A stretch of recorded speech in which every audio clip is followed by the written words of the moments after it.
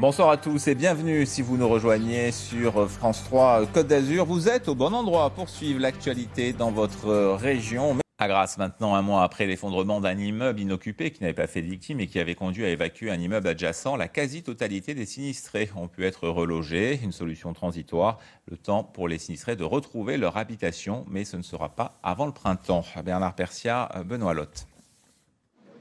Le 18 novembre dernier, rue Mougin-Roquefort, dans le centre historique de Grasse, un immeuble en réfection inoccupé s'effondre. Il n'y aura aucune victime, mais par mesure de sécurité, l'immeuble d'en face sera évacué. Au total, ce sont 68 personnes qui ont dû être relogées, une mission prise à bras-le-corps par la commune.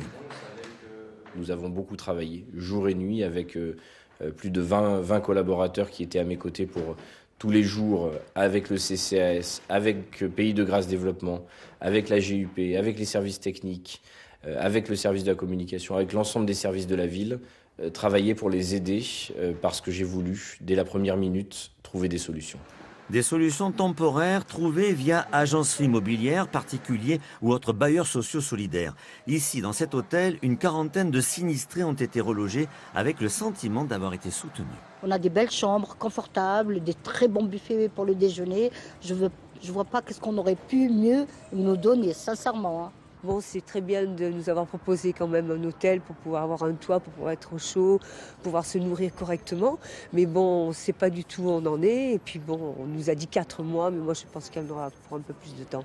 La mairie annonce qu'à l'exclusion d'une personne en attente de réponse, la totalité des sinistrés ont pu être relogés, dont une quinzaine à partir de samedi dans cette résidence de tourisme 3 étoiles.